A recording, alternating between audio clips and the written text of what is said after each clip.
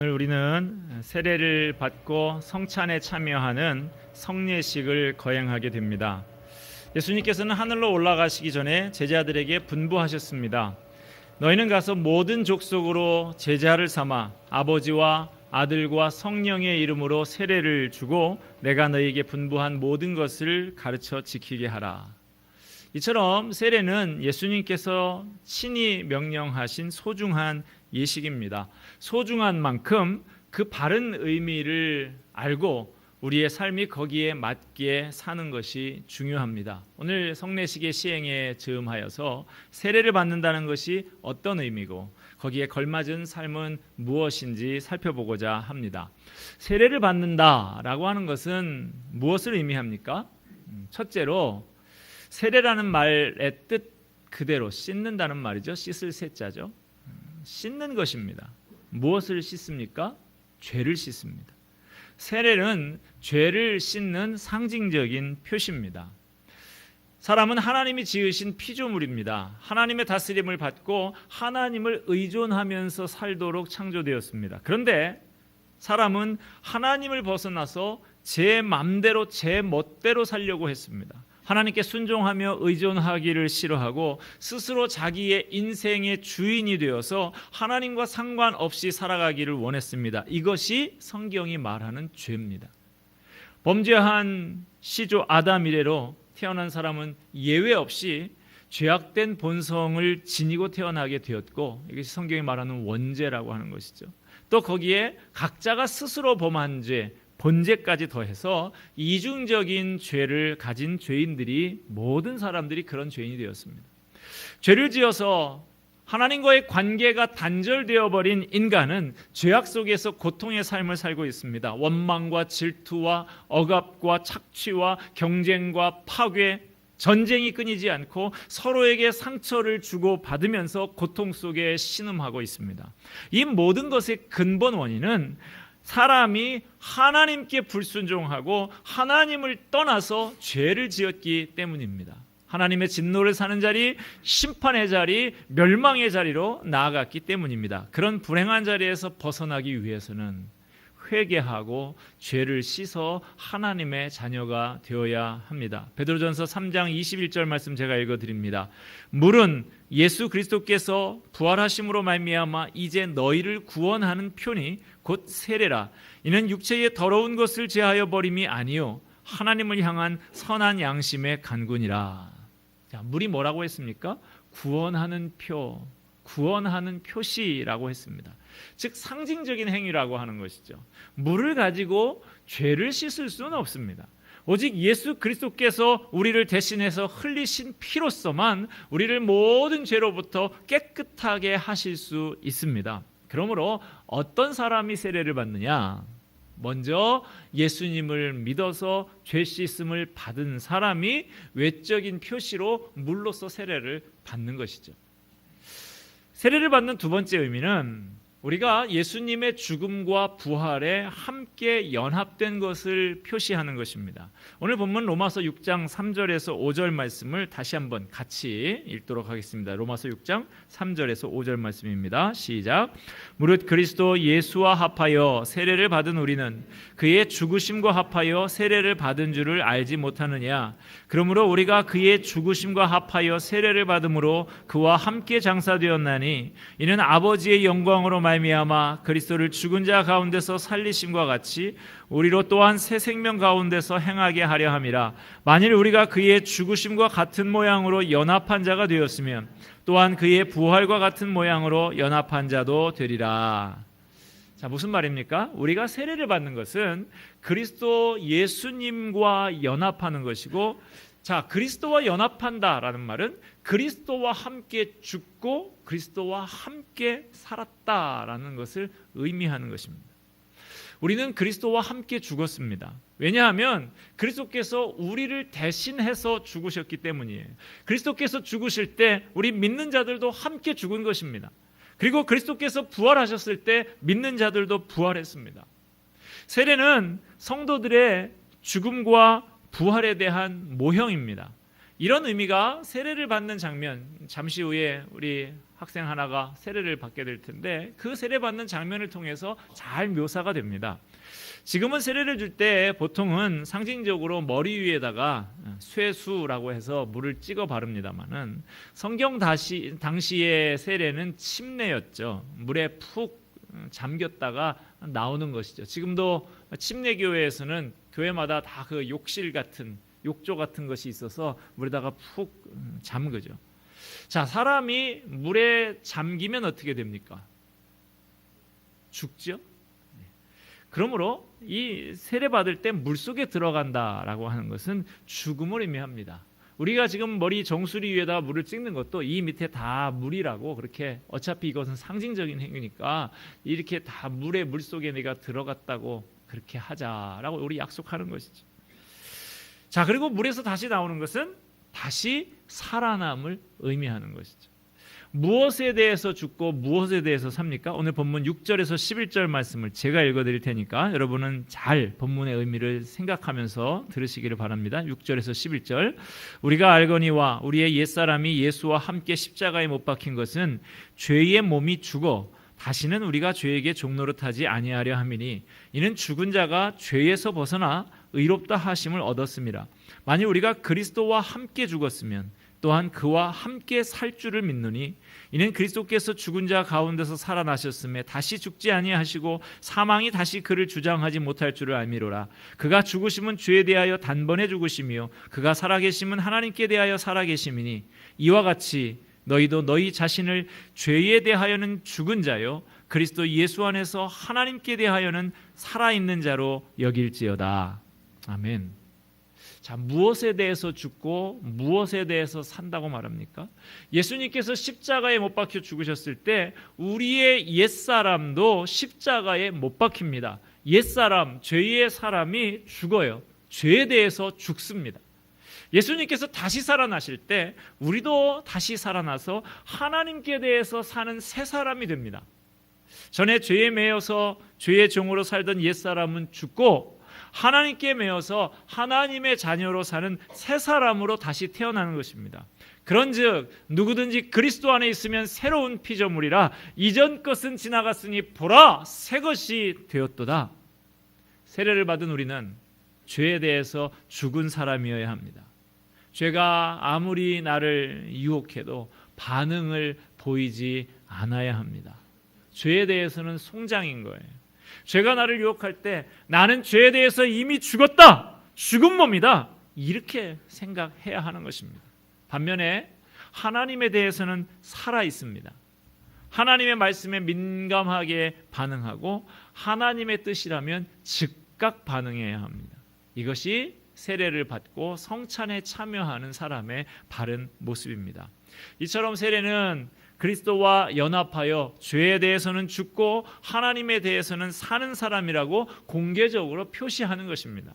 세례 받으면서 죄악된 옛 성품이 죽은 사람이라고 많은 사람들에게 공개적으로 고백하는 것이죠.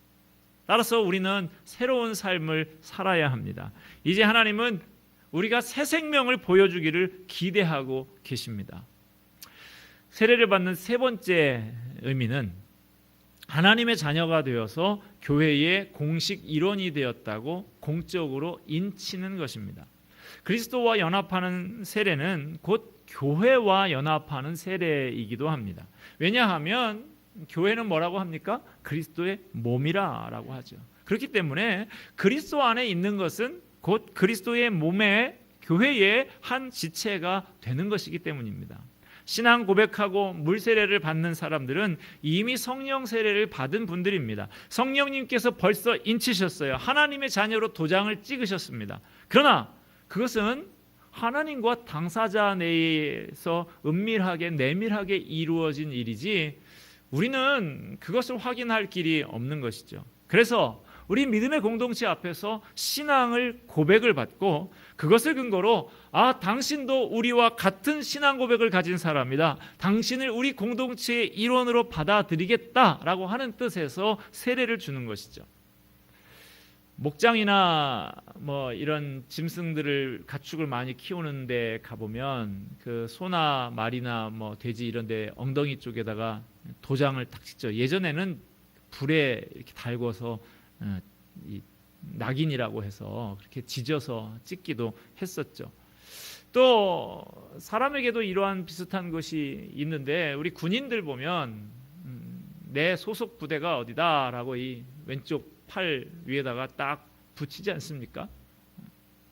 저 같은 경우는 수도군단 해가지고 시옷자 들어가는 방패 모양 그걸 여기다가 항상 붙이고 다녔는데 또 그것도 부족해서 이게 너무 크다 군단은 그래가지고 또 가슴팍에다가 자기가 어느 연대 뭐 어느 대대 이런 표시를 또 비표시라고 해서 뭐 삼각형 뭐 색깔별로 나누고 1, 2, 3자를 쓰고 뭐 이렇게 하기도 합니다. 제가 있었던 데는 특공부대라고 거기다가 올빼미도 한 마리 갖다가 가슴팍에다 붙여놓기도 하고. 자, 이게 뭡니까? 나는 여기 소속이다. 여기에 매여 있는 사람이다. 우리는 이런 공동체에 있다라고 하는 것이죠. 자, 우리가 세례를 주는 것은 당신은 우리와 같이 같은 신앙 고백을 하는 형제입니다. 우리는 한 배를 탄 공동 운명체 공동체입니다. 라고 공적으로 확인하는 것입니다. 소속을 멤버십을 분명히 하는 것이죠. 하나님의 자녀로 또 그리스도의 몸된 교회의 일원으로 공적으로 인치는 것, 이것이 오늘 우리가 베푸는 세례의 또 하나의 의미인 것입니다. 자, 이상의 말씀을 정리를 하면 세례를 받는다 하는 것 크게 세 가지의 의미가 있다고 했습니다. 첫째 뭐였습니까? 죄를 씻는다, 죄사함을 받았다. 두 번째 뭐였습니까? 그리스도의 죽음과 부활에 연합되었다. 세 번째 뭐였습니까? 하나님의 자녀가 되어서 교회의 공식 일원이 되었다라고 하는 의미죠. 이런 의미를 가지고 세례를 받은 성도들에게 오늘 본문의 말씀은 간곡한 권면을 하고 있습니다. 세례받은 사람이냐? 그렇다고 하면 이렇게 살아야 한다라고 간곡히 부탁을 하고 있어요. 본문 12절 13절 말씀 우리 같이 한번 읽습니다. 시작. 그러므로 너희는 죄가 너희 죽을 몸을 지배하지 못하게 하여 몸의 사욕에 순종하지 말고 또한 너희 지체를 불의의 무기로 죄에게 내주지 말고 오직 너희 자신을 죽은 자 가운데서 다시 살아난 자 같이 하나님께 드리며 너희 지체를 의의 무기로 하나님께 드리라. 자, 여러분 여기 예리한 칼이 하나 있다고 합시다. 아주 위험할 정도로 날이 바짝 선 그런 날카로운 칼입니다. 여러분 이 칼이 나쁩니까? 좋습니까? 네, 나쁘지도 않고 좋지도 않지요. 칼 자체는 좋은 것도 아니고 나쁜 것도 아닙니다.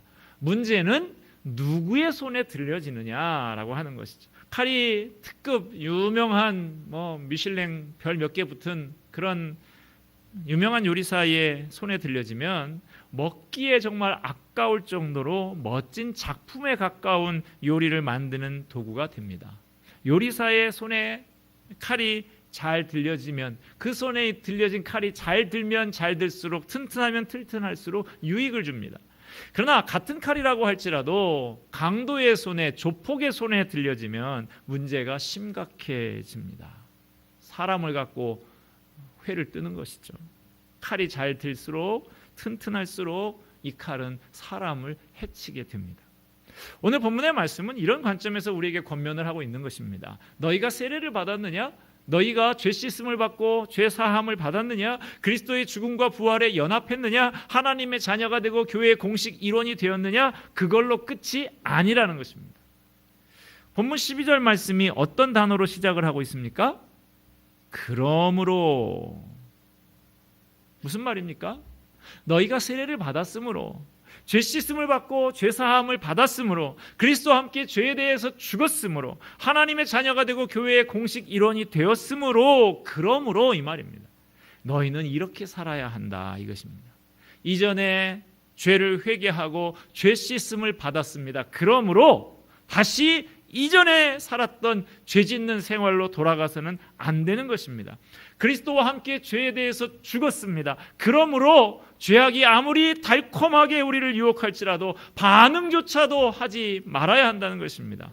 거룩하신 하나님의 자녀가 되고 거룩하신 주님의 몸된 교회의 일원이 되었습니다. 그러므로 죄악은 너한테 어울리지 않는다는 것입니다. 하나님의 자녀면 하나님의 자녀다운 모습이 나타나야 한다는 것이죠. 세례받았다고 다가 아닙니다. 세례를 받은 것은 완성된 것이 아니고 이제 새로운 삶의 전환점에 선 것뿐입니다. 새로운 삶을 향해서 나아갈 수도 있고요, 다시 이전의 상태로 돌아갈 수도 있습니다. 거기서 멈춰서는 안 됩니다. 다 같이 세례를 받고 다 같이 예수 믿고 살아도 그 삶의 내용과 질은 다 똑같지 않습니다. 왜 똑같지 않느냐?